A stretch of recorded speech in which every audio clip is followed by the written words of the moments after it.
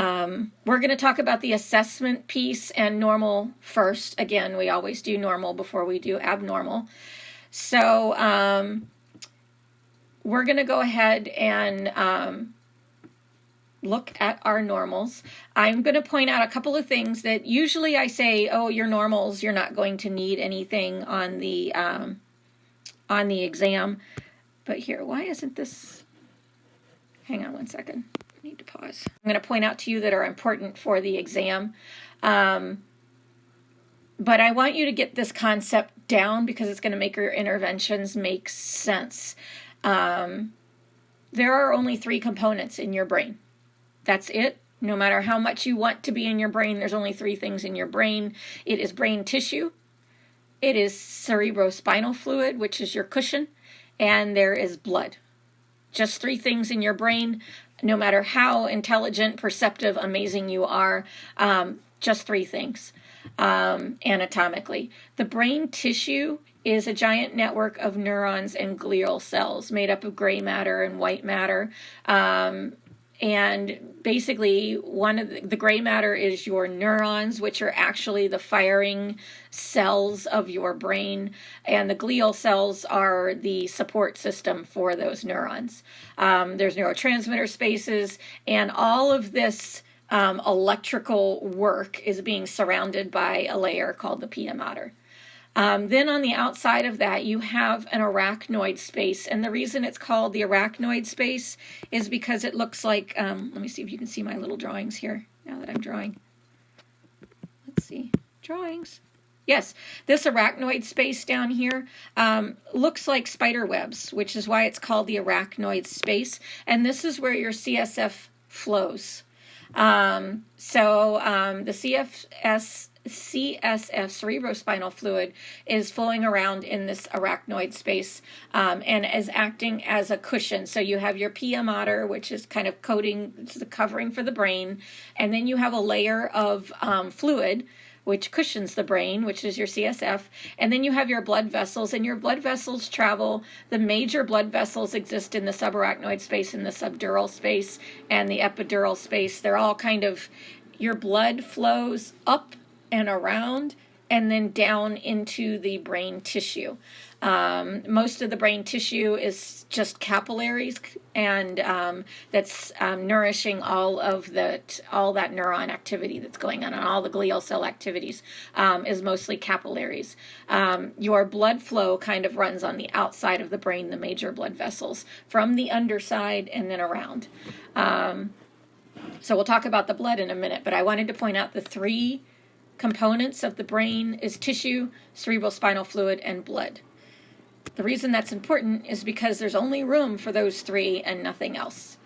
Again, the functions of the brain, I'm not going to test you on specific lobes and functions of each lobe, but I do put it in the neuro assessment in that when you're having a deficit of these lobes, or there's something missing, like maybe you're not able to move a leg, maybe you're not able to smell, maybe you're not able to think or process appropriately, maybe you're dizzy all the time. All of these areas have different, all of those functions have a different area of the brain, and they can help us pinpoint a disorder of the brain.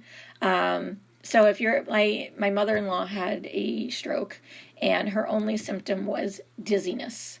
It was a cerebellar stroke because that was her only symptom. She did not have expressive aphasia. She did not have facial droop. She didn't have arm drift. Nothing motor, just dizziness. And she had a tiny itty-bitty bleed in the cerebellum. But that symptom is what pinpointed them, and of course all the diagnostics that they did. But just so you know, all these areas have different functions, and sometimes what we see on our neuro exam is based on where there is a problem in the brain. So I'm going to put that there. You're going to see it again in your neurocranial disorders. I just want you to have an idea Frontal lobe is processing, thinking. Temporal lobe is language. So you can see that the people with expressive aphasia or difficulty finding words probably have something going on in their temporal lobe.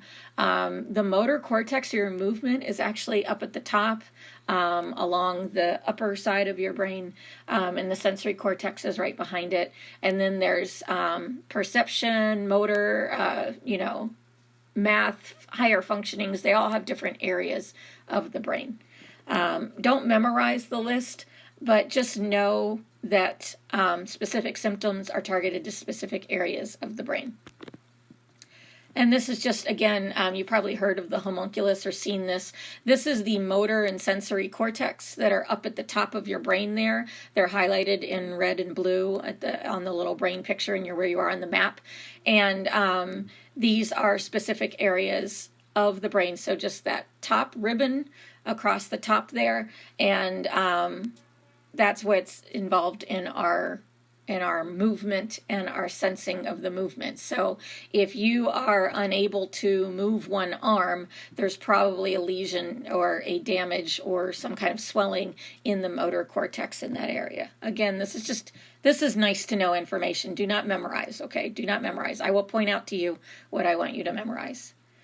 The cerebral blood vessels, here's the blood flow. It all comes up from the bottom of the brain, because all of your blood flow comes up your carotids, up your necks, and ends here in this circle of Willis at the bottom of your brain. So this is the bottom view of your brain. So that's looking up at your brain from your spinal cord, from your neck, looking up at the underside of your brain.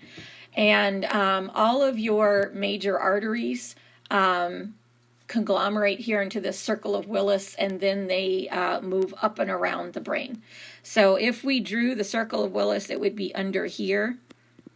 So it's coming up from the carotids, it's circling, and then you have blood flow up and around the brain.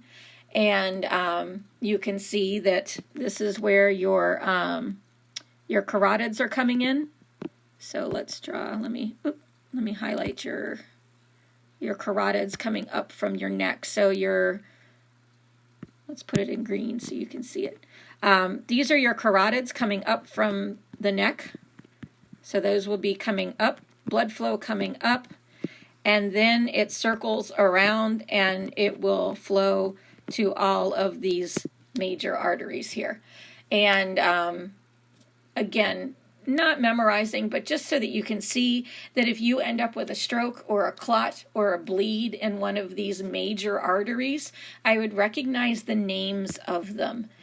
And it's very easy. Anterior, middle, and posterior cerebral arteries are our main cerebral arteries. So if you have a stroke in your anterior cerebral artery, you can see that it will affect all the areas in yellow. So it's kind of like when we look at heart attacks, we kind of look at the coronary vessel involved and we can tell how much of the ventricles it's been damaged. With the brain, we do the same thing. So a stroke in a major cerebral artery can take out quite a bit of your brain. So anterior, middle, and posterior cerebral arteries, and there's the areas that it is flowing to. Again, just kind of recognize that if you see a stroke or any damage to any of those three arteries, you can imagine that it's pretty big.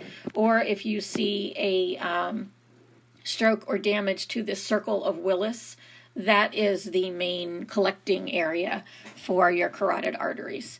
So if you have damage to any of those areas, if you recognize or see that something that mentions the anterior, middle, posterior, or circle of Willis, then we have a pretty big problem with our brain there. Those are our major blood vessels in the brain.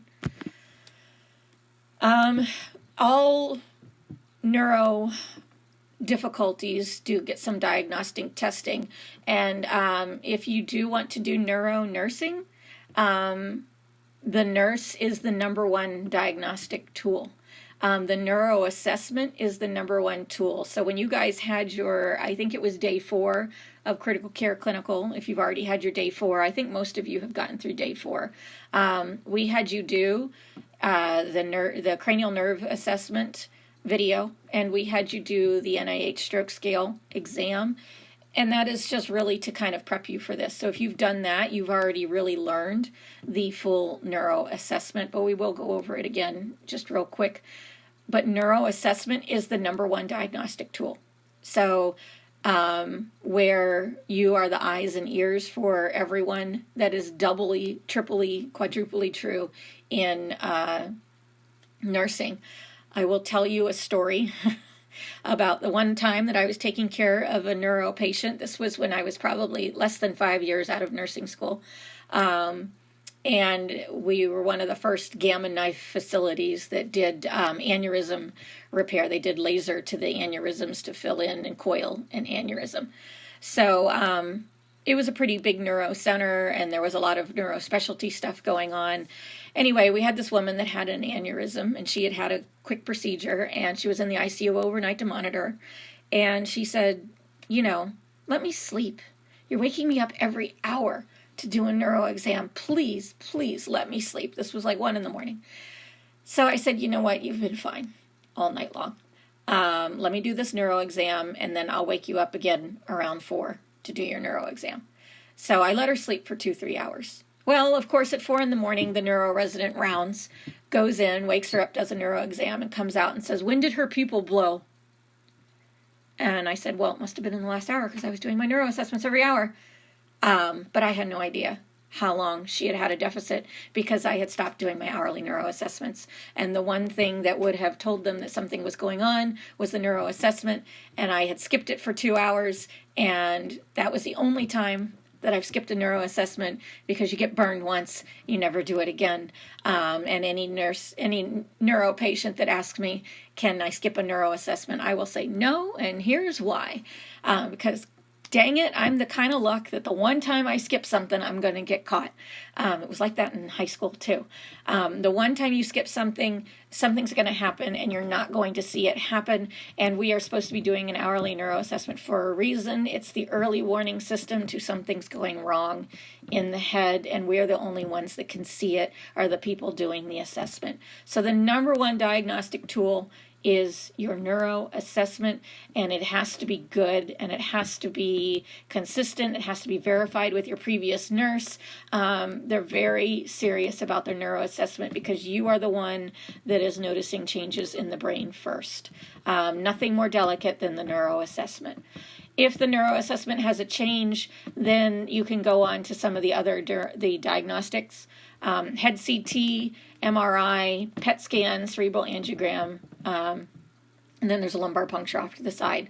The head CT really can be done mostly without contrast. Contrast has, again, you've probably learned IV contrast is not good for the kidneys, needs to be flushed.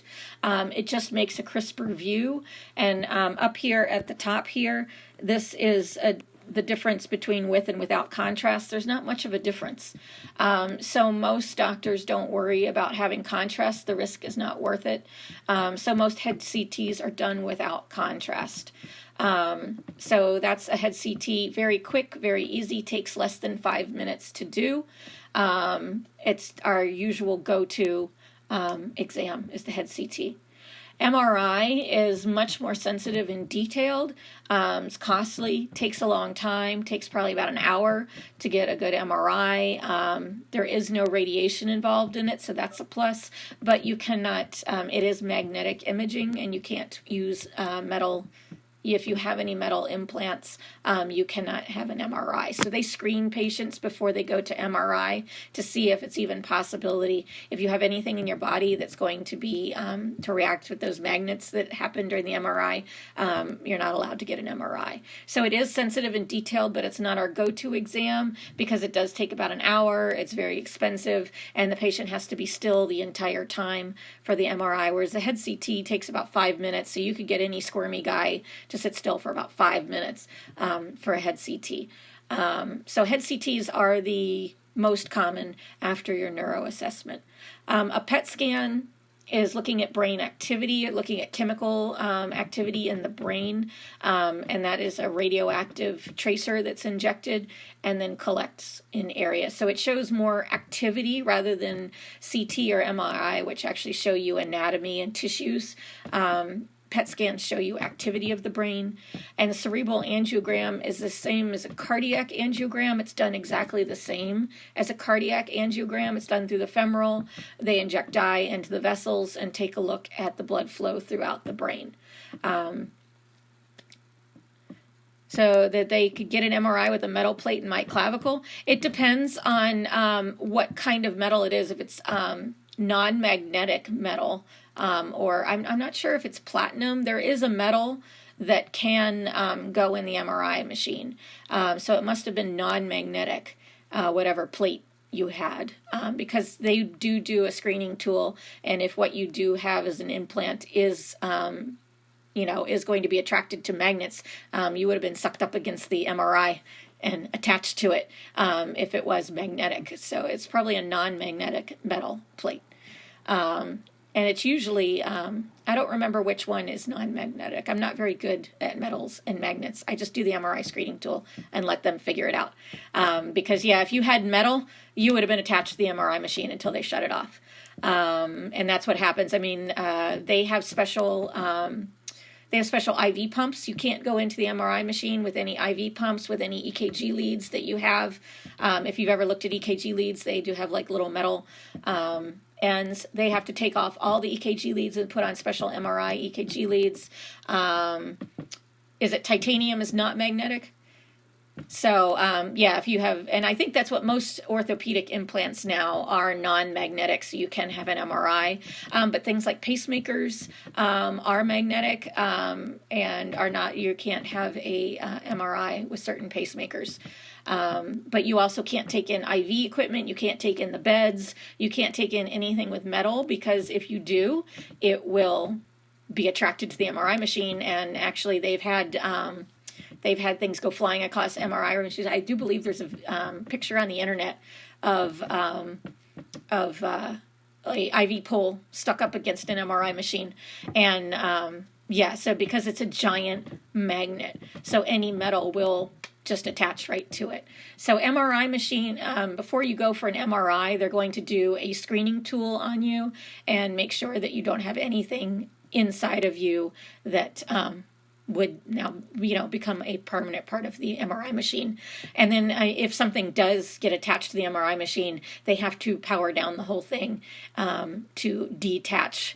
But they've had lots of damaged MRI machines from metal things that come into the room. I mean, even pens will go whipping across the room and attach to the MRI machine. So it's a giant magnet. Basically the MRI is, I don't know how it works. You can go into biomed if you want to know how they work. But anyway, it is a magnet, and you can't have anything metallic in the room with you for an MRI.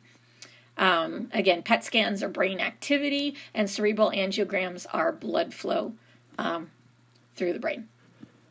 Any questions on those? And then we're going to do the lumbar puncture. Lumbar puncture is where we actually poke a needle into the spine, and I do believe my next slide is the lumbar puncture, where they actually poke a needle into the subarachnoid space of the spine and pull out CSF, and that is usually to do an analysis of the CSF to see if there's any kind of infection, to see if there's abnormal cells. So a lumbar puncture is exactly that. They are puncturing the lumbar region of the spine, going through that through those ligaments there and into the actual spinal column. These meninges, when we talk about the brain, they actually run around the spinal column as well. The spinal cord itself is surrounded by the pia mater, and then there's a subarachnoid space where the CSF flows. It cushions the brain and the spinal cord, and then on the outside is the blood flow. So if you're going to be doing a lumbar puncture, you can also just puncture it, pull out CSF, send it off for analysis. You can also put catheters into the lumbar. Well, we can't, but you can put catheters into the lumbar space, and those are called epidurals. They're under the dural area. They're in the arachnoid space, and medications and things can circulate with the CSF. And that's a way to get past the blood-brain barrier, is to put something directly into the cerebrospinal fluid.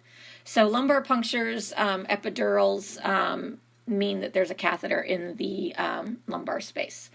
If you're going to do a puncture of any kind, whether it's just to put in a put in a catheter or to pull out CSF. It will be done either laying on your side in a curled position, basically to open up those vertebrae to allow more room to get an accurate sample, or you can lean over a bedside table. So laying on the side, curled up with your knees drawn up, it opens up your spine, or if you lean forward onto a table with your spine curled, that does open up the lumbar area as well and allows for getting that needle in there. After the procedure, just a quick thing on the lumbar puncture. After the procedure, after they pulled out the CSF or they pulled out the drain or the catheter, there will be a small sterile dressing, which we should see maybe small spot of clear drainage, but it should not saturate the site. All right, just a small amount of clear drainage. CSF is clear. I do have a picture of it in the next lecture. CSF itself is clear. There should not be any blood in it. It is clear. It's almost a yellowy, straw-colored liquid. The special thing about CSF is it contains glucose in it, so you can check for CSF by checking a glucose level. Normal inflammatory serous drainage does not have glucose in it. CSF does have glucose in it. So you can test to see if your drainage from there is serous or CSF by just testing for the glucose level on the drainage. But we expect to see small spotting of clear drainage. Sometimes they just put a tegaderm over it. There shouldn't be any bleeding from the site. There's not a lot of blood vessels. Should not be bleeding. Should not be continued draining of that clear substance. You will have a headache. Remember, this is our cushion. So if they take out 10 milliliters for a sample, you've removed some of your cushion of your brain. If you've ever had a hangover, not that anyone here has ever had a hangover, but if you've ever had a hangover, what you've done is you're so dehydrated that you've reduced your amount of CSF, and you have that headache is from lack of cushioning to your brain. So your brain kind of sits on your spinal cord and it hurts. So you expect a headache after we've removed some cerebral spinal fluid because we've removed some of your cushion. Sitting up may make the headache worse. So whenever you've had a lumbar puncture or CSF removed, it feels better to the patient to lay down flat. Again, if you're sitting upright, your brain kind of falls down onto the base of your skull, and without the cushion, it hurts more. So sitting up can make your headache worse. So laying flat after a lumbar puncture is a good idea, and encourage people to drink fluids to replace. We replace CSF at a rate of 2 to 10 milliliters an hour. So if you've pulled 10 milliliters out, you should replace that CSF within the next 5-6 hours. So encouraging fluids, laying on the side is much more comfortable. You can sit upright if you need to, but it just makes the headache worse. What we do not expect is a headache that lasts longer than 24 hours. We expect it for, about 12 hours afterwards because we're remaking CSF and rebuilding our cushion there. But if you have a headache that lasts more than 24 hours, that could be a sign that you are you're not remaking that cushion. There could be a leak of cerebral spinal fluid somewhere. If the dressing becomes saturated with clear drainage, or if it's bleeding, then basically we have something wrong with the puncture site there. So if the dressing becomes saturated, that might be something you want to notify the physician of. You could have a CSF leak. Vision changes, dizziness, a severe headache is a sign that we are losing our cushion. And that we have a CSF leak. So sometimes if you puncture that and it doesn't seal up, you can have a CSF leak. You can also have infection. Anytime you put a needle in something, you have a risk of an infection. So be on the lookout for infection, which would be fever. And then, of course, if we have an infection in our spinal column, that infection can get up into our brain. So you may see neuro deficits in addition to your fever if you have an infection from your lumbar puncture site. So let a doc know if you see either one of those things after a lumbar puncture. All right, here's where I need you to focus in and pay attention. All right, we have some things that are highlighted and underlined and starred because it's important. Normal ICP. I do bring this again in the brain lecture, but we have a intracranial pressure. We have a certain amount of space, brain tissue, CSF, and blood. If any one of those starts to take up more space, then we start having pressure in our brain. The brain is designed to handle itself, and it can go up to a pressure. If you sneeze, your pressure in your head goes up temporarily. You know, and we can go up a little bit with our pressure. If you do a headstand, there's going to be extra blood that doesn't drain out of your head. So let's just say we have a little person, and he's doing a handstand. Look at this guy. He's doing a handstand. He's happy as a clam. He's learned how to do yoga, and he's doing his headstand. During the time that he's doing his headstand, where is his blood flow? It's going to his brain just fine, but it doesn't have a way out. Okay, we've lost our gravity drainage, so our amount of blood in our brain starts to extend a little bit. So with our guy having a handstand, we now have a little bit more blood in our brain, right? Because it's not draining out very well.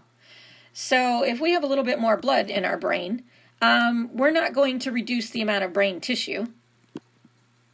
That has to stay the same because we're not going to eliminate brain tissue. So what does that leave room for? Not a whole heck of a lot of CSF. So our CSF gives way to make room for this extra blood. So our CSF becomes a smaller portion. Does that make sense to people? The brain can't shrink immediately. So if you're putting too much blood and the blood can't drain out, that blood starts taking up a little bit more space, then something's got to give. We can call intracranial pressure the something's got to give. So if our blood starts taking up more space, then our brain tissue can't give. So the brain tissue keeps up the same amount of space, and so the CSF has to get pushed out. So what they'll do is the CSF will kind of push out into the lymph system and kind of make room for the rest. Let's clear this out now, and let's say that we have a guy that got clocked on the head with a hammer. Not feeling violent or anything. Let's say he got clocked on the head with a hammer. And his brain tissue is now starting to swell because he has an injury. So this brain tissue is now starting to swell. And it's taking up all this space now because your brain tissue swelled. Well, we either have to give on something. Something's got to give, and it's usually the CSF that gives. We need all that blood flow. We need blood flow to that swelling brain. It needs to perfuse it. It needs to nourish it. So again, CSF is the thing that has to go. So what the brain is going to do is it's going to get rid of something in order to maintain a normal intracranial pressure. The problem we have is when, let's clear this all out again, our little boy with our clock to the head here, he didn't feel very good. He's been clocked to the head, and now the brain tissue has swollen because this was a really good clock to the head. This brain tissue has swollen to take up almost all of the space. If the brain tissue swells to take all of the space, we only have a small amount left for CSF and blood. And we can't get rid of blood flow. Blood flow has to happen. So again, we may lose completely the CSF because we have to get blood flow up to the brain. The brain will allow blood flow and it'll push out all the CSF. And then as that brain continues to swell even more, let's go back to the brain swelling. Let's say that the brain swells to the point where it takes up all the space in the skull. Then what is not getting up to the brain? We can't get blood flow up there. There's only a certain amount of room in the skull. The skull is an unmovable object. So there's only so much room it can have. So if your brain tissue swells to the point where you are taking up your whole space in your skull, then it will push out blood and CSF. It won't allow that up into the space. That's too much. It can't get up against the pressure. Let's say for some reason we do have, let's say we have a bleed. Let's say this guy has a bleed, and now blood is taking up all this space, which is what happens. We have a huge bleed, and we can't get rid of any brain tissue, but the bleed's taking up more space. Well, this brain tissue starts to get compressed. This is an active blood flow that is helping. This is, oh, I gave someone a noting privileges, so I guess they might be drawing, not sure. But anyway, when we have too much blood sitting on the brain tissue starts to swell. We move CSF out of the way. But then if it still continues to happen, you start putting a great amount of pressure on the skull. So what we need to remember is that there isn't much room in there for growth. If one grows, the other has to give. Brain tissue doesn't really give, but it will start to give after a time. If that ICP, the pressure gets greater than 20, then the brain tissue will start to damage, compress, and die off. So we don't want the pressure. The key numbers that we need to remember is we don't want a pressure greater than 20. Okay, they will do almost anything to keep the pressure less than 20 because that's when we start to lose brain tissue. Normally the brain tissue it will manage, it will push things out of the way to make room for itself, but when the pressure gets greater than 20, it causes brain tissue damage. So our normal ICP is anywhere from 0 to 10. The guy standing up on his doing his headstand probably has an ICP of 10 because he's got a lot of pressure, he's got a lot of blood hanging out in that brain that can't drain. So his ICP is higher. We can tolerate anywhere from 0 to 10. But if it's greater than 20 for long periods of time, that can cause damage. So again, we will use this concept quite a bit, intracranial pressure, because our interventions are all going to be aimed at keeping our ICP less than 20. The next thought, let's see why it won't let me move forward. Come on. And, okay.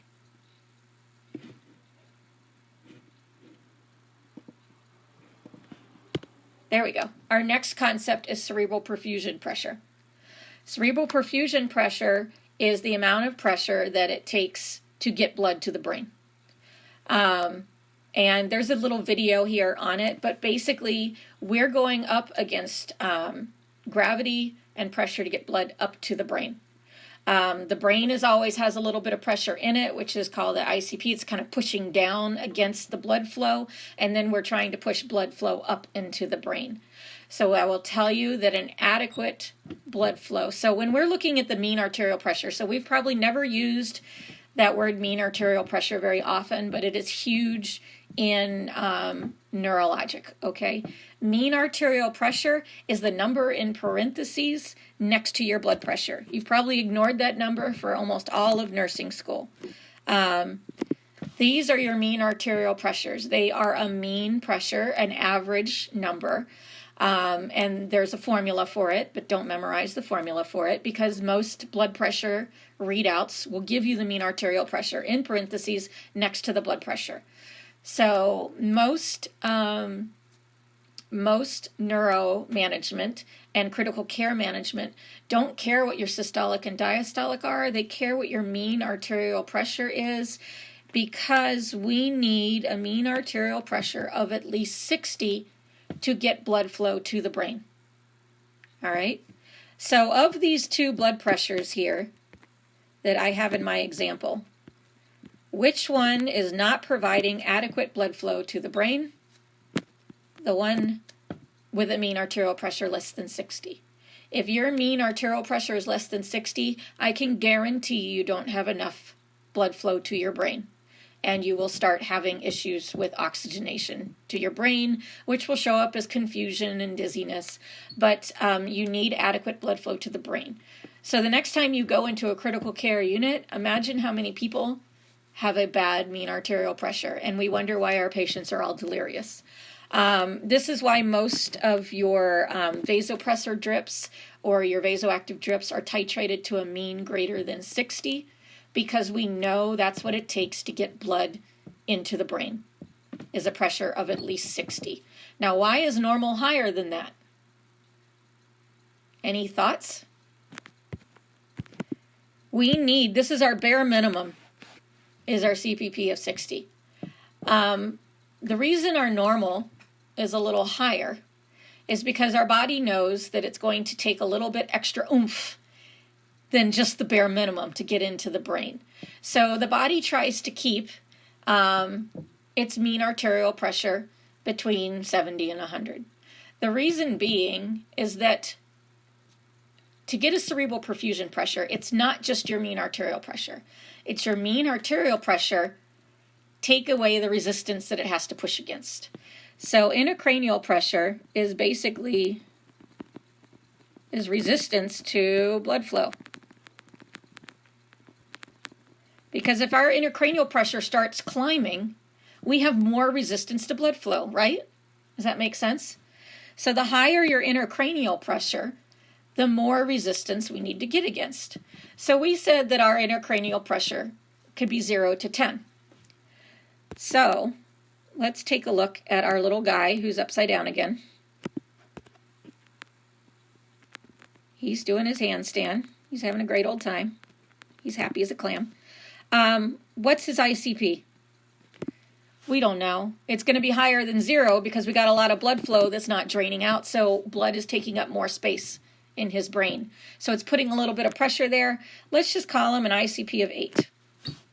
Let's just give him a random number. We're going to call him an ICP of 8. It also happens to be the same as the picture here. So this guy, this is his blood pressure. So he has an ICP of 8, and he has a blood pressure of 110/55 because he's a healthy little dude. He has a mean arterial pressure of 73. So we're going to look at this guy and say he has a mean arterial pressure of 73, but we have to take away the resistance he has to push against. And so he actually has, I can't do math. What is that, 65? Did I do my math right? Is his actual cerebral perfusion pressure. So you can see that he has a good mean arterial pressure. It's 73. But because we've given him a higher ICP, that 73 has to push up against that 8, meaning that effectively he only has 65 millimeters of pressure getting up into the brain. It's still adequate. But the reason the body keeps a CPP of 70 to 100 is that we want to make sure we're getting adequate blood flow up to the brain. So we want to make sure, and if he wasn't getting adequate blood up to the brain, his blood pressure might bump up a little bit more to get a pressure up to the brain. So the body will adjust itself normally to keep a cerebral perfusion pressure of at least 60. Does that make sense to people? Let's do another scenario. And this is a concept that I want you to be clear because I want you to understand why we do the interventions we do. We want to keep certain numbers. We've got to keep that brain perfusing. So we're going to keep that cerebral perfusion pressure greater than 60 at all times, because less than 60 means we're not getting good blood flow to the brain. So we're going to talk about our little guy that got clocked on the head. And he's not feeling too good. He has an ICP of 12. Still not the danger zone. We can handle an ICP of 12. We just want to keep it less than 20. So it's high, but what do we do to counteract that ICP of 12 to ensure that we have good blood flow to the brain?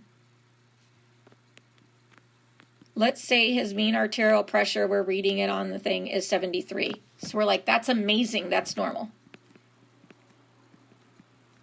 Minus an ICP of 12. What's our cerebral perfusion pressure? Any ideas? Is he adequate? We're happy, right? He has 61 as his cerebral perfusion pressure, and that is right above our danger zone line, so we're happy with that. Let's say he has a mean arterial pressure of 68. And now his ICP is 12. What's his cerebral perfusion pressure? Is that right? I think I did that right. His cerebral perfusion pressure is 56. That is not adequate. And that means he's not getting good blood flow up to the brain. So the normal CPP of 70 to 100 basically gives us wiggle room. And that's what our body is trying to keep. But if for some reason this patient has low blood flow, has a low blood pressure, and has a mean of 68, we're not going to be providing him with enough blood flow up to his brain. So that's why we're going to be keeping an eye on the mean arterial pressures, because when we know the intracranial pressure, we can get an adequate cerebral perfusion pressure. Otherwise, we just kind of assume that a mean arterial pressure of 60 should get us blood flow to the brain as long as there's no intracranial pressure problems, but a mean arterial pressure of 70 would be even better, right? The better the perfusion, the better the perfusion. We don't want the perfusion to get too high, because then we're putting too much blood up in the brain. So a cerebral perfusion pressure of 110 would start to be a problem. So we keep our cerebral perfusion pressure right around 70 to 100, meaning we need a mean arterial pressure, of 70 or so. Does that make sense to people? That why we're kind of manipulating numbers around, that when we have a patient that has a brain injury, they're going to have swelling, they're going to have pressure in their brain, and we have to overcome that pressure. So we may need to artificially inflate somebody's blood pressure in order to get blood past that swelling and perfusion into the brain. So those are things that I want you to know, the normals of ICP and the bare minimums that we will require, the danger zone numbers. So I'm not even too worried that you know exactly what the normal is on this one. I want you to know that this is a danger zone, a CPP below 60. That's danger. So you can put that in like a big red star next to it. And an ICP greater than 20, big danger, okay? Those danger zones I need you to know, because if your patient has something in a danger zone, it's going to require an intervention to make sure that your brain stays at what it needs. I'm just going to not spend a lot of time on this. You can read through it. But again, the basic neuro assessment, we should know. I'm going to point out a few things. The basic neuro assessment is done on all patients, whether they have a neuro injury or not, as part of the standard head to toe. You've already done it. Level of consciousness, awake, alert, oriented. I'm going to point out, though, that there are words, there are definitions for things like confused, delirious, somnolent, obtunded, lethargic, but they're subjective words. And so the standard in nursing, especially in high acuity areas, is that anyone that is not awake, anyone that has anything other than awake, should get a Glasgow Coma scale. And I will have you work, and there will be a couple of Glasgow Coma scale questions on your exam, maybe one or two, that I will give you a patient scenario and you will have to identify the Glasgow Coma scale. I think it's in your resources, but ABG Ninja has, let me just see, I think ABG Ninja has a Glasgow Coma scale testing thing that you can run through a couple of drills on knowing how to assign people a Glasgow Coma scale. The thing about the Glasgow Coma scale is that any patient that has a breathing tube immediately gets no verbal response because you can't assess it. So you give them the best score that you can get. So if you go in and talk to a patient and you say, "Hey, Mr. Jones, how are you doing?" and he doesn't open his eyes, then you have to try and do something to get him to open his eyes. So, "Hey, Mr. Jones," shake Mr. Jones. "Hey, Mr. Jones," He still doesn't open his eyes. Hey, Mr. Jones, now you're going to do something a little bit more involved, and you're going to go to the point of eliciting pain. And if he does not open his eyes, that's the first thing that you're going to do. So when someone is sleepy or lethargic or obtunded, they don't really tell us a lot about what this patient is doing. The Glasgow Coma Scale goes the extra step of making sure that you are trying to get this patient to respond to you. So if Mr. Jones, I am shaking him and he doesn't open his eyes, but then when I do a clavicle pressure, I do a little sternal rub, a tiny light sternal rub, he opens his eyes. So he opens his eyes to pain. So there's 4 different ways that we can get someone to open their eyes. They can open them spontaneously, meaning when you walk in the room, they open their eyes. They just open their eyes whenever they want. Eyes opening to speech is when you walk in the room and you say, hey, Mr. Jones, how you doing? And they open their eyes. Or to pain. Now, some people like to qualify the pain. So shaking a patient is considered eyes opening to pain. If you have to shake a patient to get them awake, that is opening to pain. It's not real pain. So then what they do is you do, basically it's kind of like, they should say eyes opening to, I don't know, they call it pain, but you can do certain various levels. So what you'll see is nurses qualifying that number 2. They're going to get number 2 whether you shook them awake or whether you had to rub on their sternum to get them awake. They get a number 2. So some people say eyes opening to deep pain, but it's still a number 2. Then once you get them opening their eyes or responding to the best they can, then you're going to test verbal. We can't test verbal if they have an ET tube or a trach because they've lost their vocal cords if we have an airway in. They will get a number 1, but they usually put a little, you'll see GCS 14T, meaning that they have a tube in, so they'll put a T next to it to say, hey, he could have had a 15, but he had a tube in or something like that.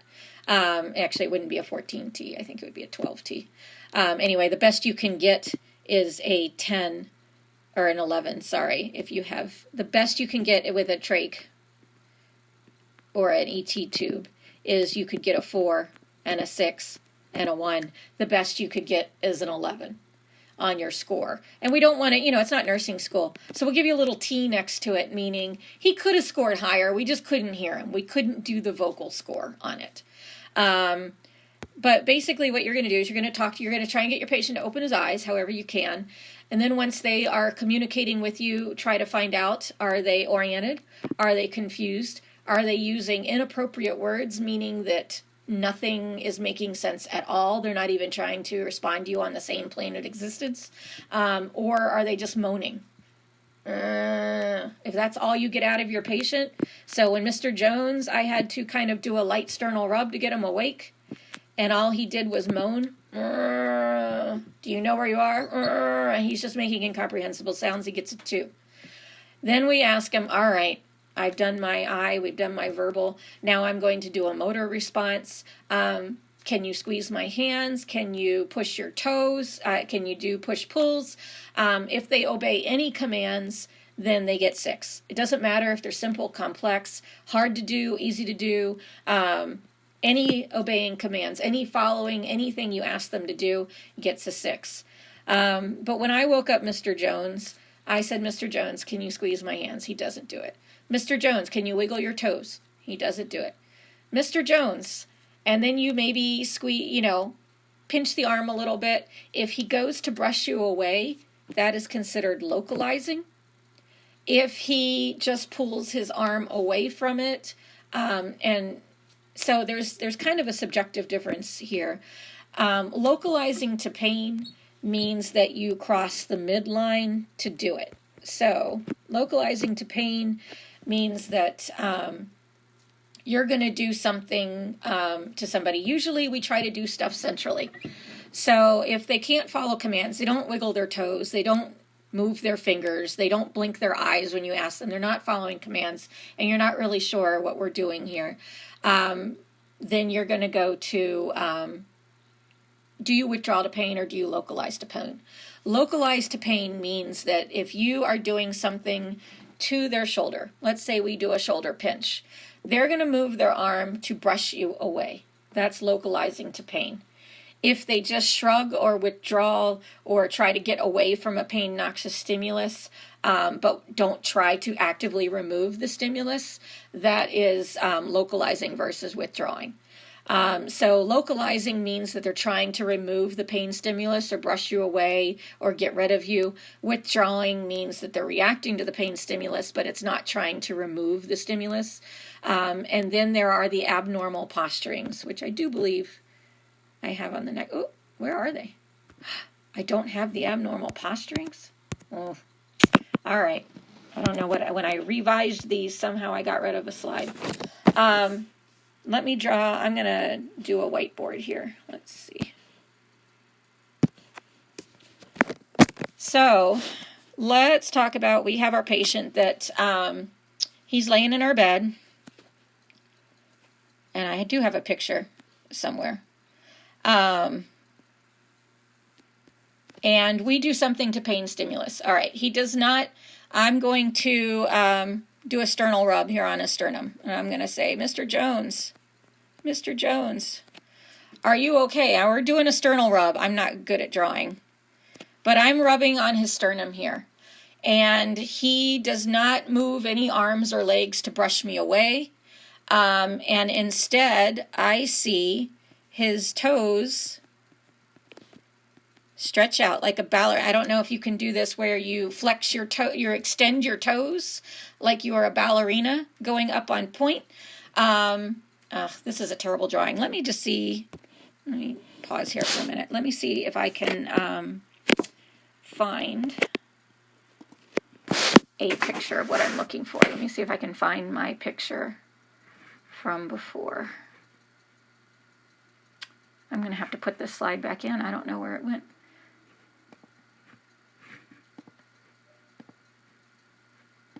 Hang on 1 second.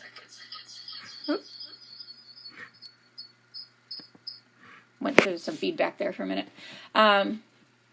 What we're looking for now, are you seeing my screen? Oh, yeah, you don't need to see my...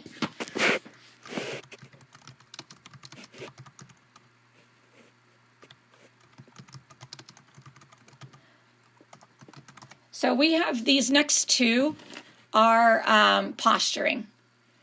And I think I'm just going to add these into the PowerPoint right now. Oop, that's not what I want.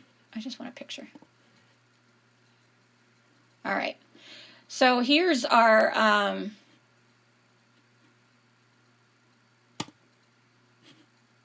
let's take this guy. Oh, he looks sad. I'm going to blow this up a little bit. So when you do a rub, a sternal rub on a patient, there are two different, these are abnormal posturings. These are not trying to brush away a pain stimulus. These are brainstem posturings. These are things that we are not supposed to have. So I'm just going to add this to the PowerPoint here. Sorry. Wrong PowerPoint.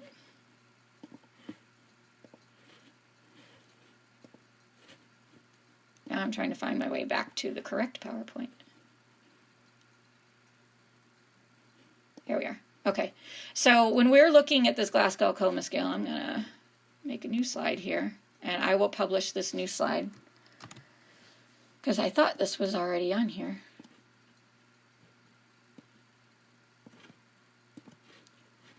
And we're going to copy the Glasgow Coma scale and put it over here next to it. All right, this should now exist. It will exist on your slide when I upload it. And I'll make sure that this additional slide does get into your module. This is when we're talking about the abnormal posturing. Here is where we're talking about number 2 and number 3 are these. So decorticate is abnormal flexion, and decerebrate is extension.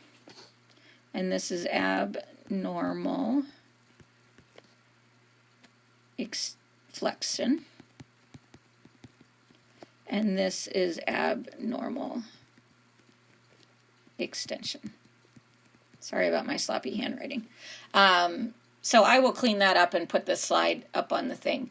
But abnormal flexion is where your wrist, your elbows come up bent and curl in at the chest, and your toes are pointed. That is number 3. It is a specific posturing. It is always abnormal and always not good. Abnormal extension is even worse. That is where the arms extend and turn out to the side. You can see how your wrists kind of turn out, and your toes are extended. Both of them toes are extended. One of them you flex up towards the middle, and the other one you extend. They're called decorticate and decerebrate because at decorticate you still maintain some of your cortex, and at decerebrate you are down now to your cerebellum as your only functioning organ. So 3 is better than 2. 2 is starting to get to the point of you don't have much of your brain. And this is just response to pain. Could they just be in that position? Yes, they can be in that position if something is stimulating them.